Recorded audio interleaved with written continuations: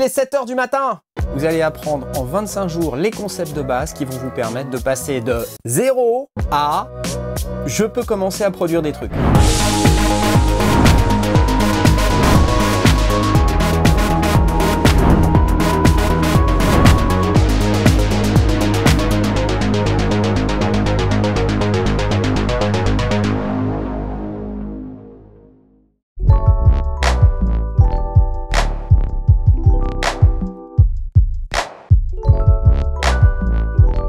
Salut, de bon matin. Aujourd'hui, on va aborder un des concepts de live les plus importants, les racks, et surtout à quoi ça sert et pourquoi c'est génial. Et là, vous allez comprendre surtout pourquoi moi, j'adore Ableton Live. C'est parti. Mais d'abord, qu'est-ce que c'est qu'un rack? Là, je peux aller dans la zone navigateur, aller chercher dans instruments. J'ai deux types de racks. J'ai un drum rack et j'ai un instrument rack. Commençons par le drum rack. Alors, je peux prendre ce drum rack et le déposer sur une piste MIDI ou sur une zone vide de ma session. Voilà, par exemple ici. Alors, qu'est-ce que c'est? Ça me crée cette chose ici. C'est en fait une représentation d'une matrice de pad à la MPC, quoi. C'est-à-dire 4x4, et on peut mettre des samples dessus et ensuite on va pouvoir les déclencher avec des pads comme ceux que j'ai sur mon Push 2. Allez, on va faire ça. Je vais aller dans mes samples. Je vais aller chercher un kick. Ça, c'est bien. Tiens, je vais le mettre là. Quand je le glisse là-dessus, ça me crée une instance de Simpler et je peux instantanément soit cliquer à la souris ici, sinon je peux aussi me tourner vers mon Push 2 et puis j'ai directement ici mon kick qui est disponible sur cette zone là. Ok, super, bah, je vais faire la même chose avec snare. Ça y est. Super. Ah, ça j'aime bien. A few moments later.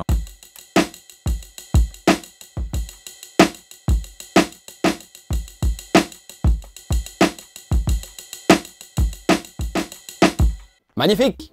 Alors un drum rack c'est cool, je peux avoir une matrice de 4x4, mais en réalité je peux avoir beaucoup plus. Vous voyez sur la gauche, je peux aller sur d'autres octaves, là, vous voyez, on voit les notes ici, hein, C1, D1, etc. Et je peux aller sur d'autres octaves si je veux et déposer d'autres samples. Très cool.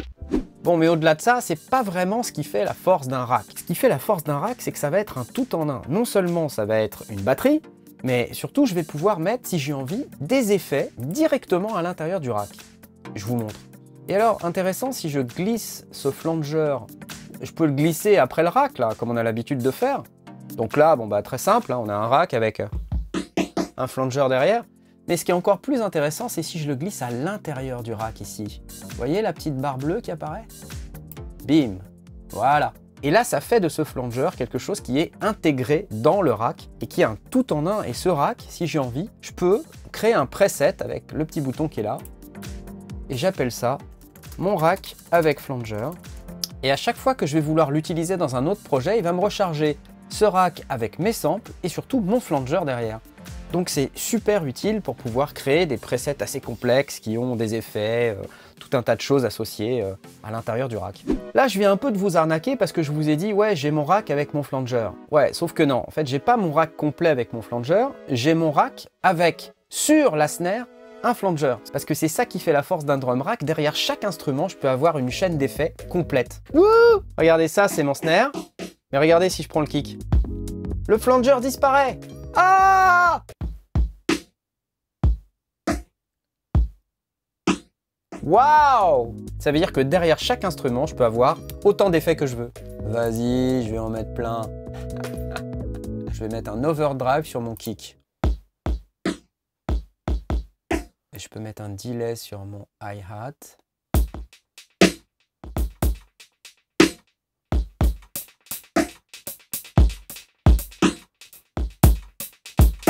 Ok, parfait, non mais très bien, ça le fait, hein, génial. Évidemment, ça n'est pas tout.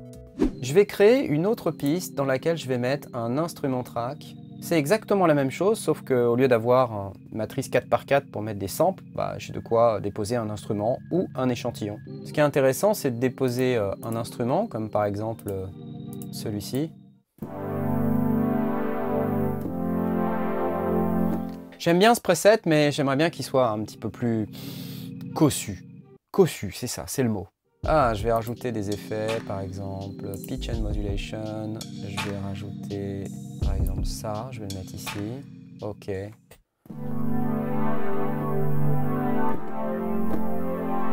Pas obligé d'aller aussi loin, hein. Ok, je peux éventuellement même mettre une reverb avec, hein. Large Shimmer Plate, fais voir.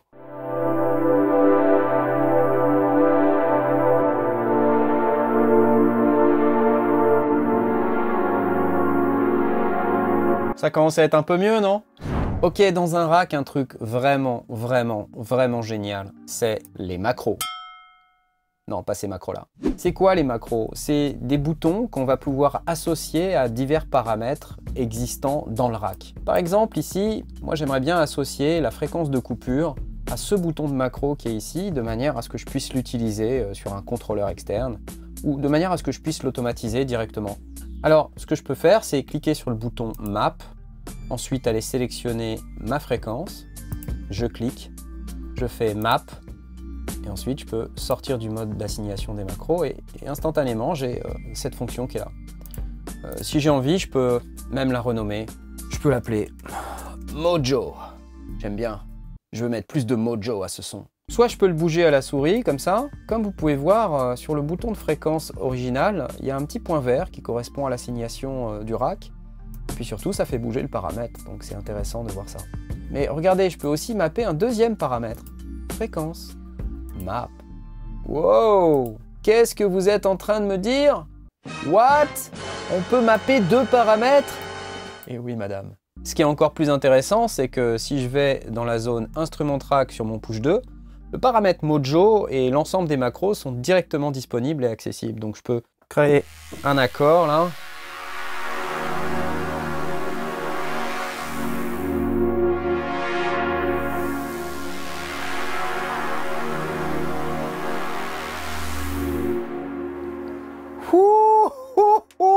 Trop cool! Alors, je ne sais pas si vous avez noté, mais quand on clique sur le bouton Map, ça ajoute des choses ici dans une liste. Et ce qui est très intéressant, c'est qu'on peut aussi configurer dans quelle proportion ça va agir sur chacun des paramètres. Ici, par exemple, je pourrais très bien dire que ça va de 30 à 752 et ici de 2K, 2,1 à 22K. Quand je vais fermer la zone Map, les paramètres vont évoluer en conséquence. Vous voyez par exemple ici, les paramètres n'évoluent pas tout à fait de la même manière.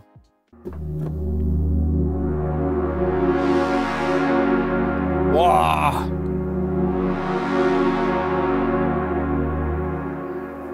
C'est pas du mojo ça? Est-ce que c'est pas du mojo ça? Ah, c'est classe!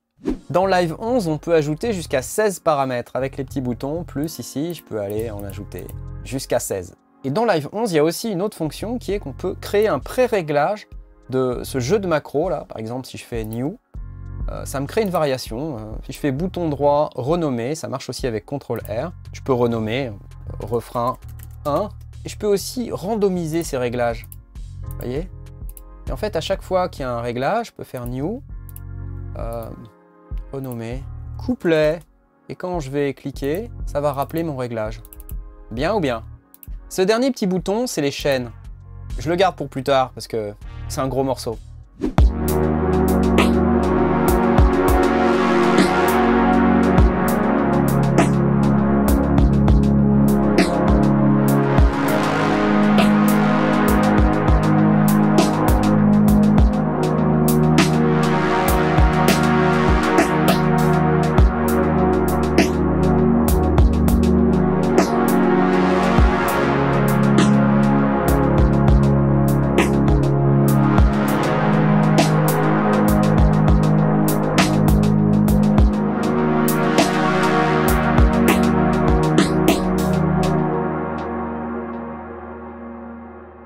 Et le truc génial, c'est que tout ce que je viens de vous expliquer, ça marche aussi pour les effets audio et les effets MIDI. En fait, quand on va dans la rubrique effets audio, ici, on a cette chose qui s'appelle un Audio Effect Track. Et on a déjà d'ailleurs des presets qui sont très intéressants. Moi, j'aime bien le Performance and DJ, il y a pas mal de trucs rigolos là-dedans.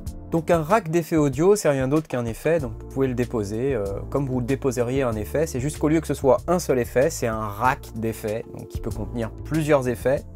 Et puis surtout, il peut aussi contenir des macros, il peut contenir ses propres variations, il peut avoir ses propres chaînes. Il y a des tas de choses qu'on peut faire avec ce rack.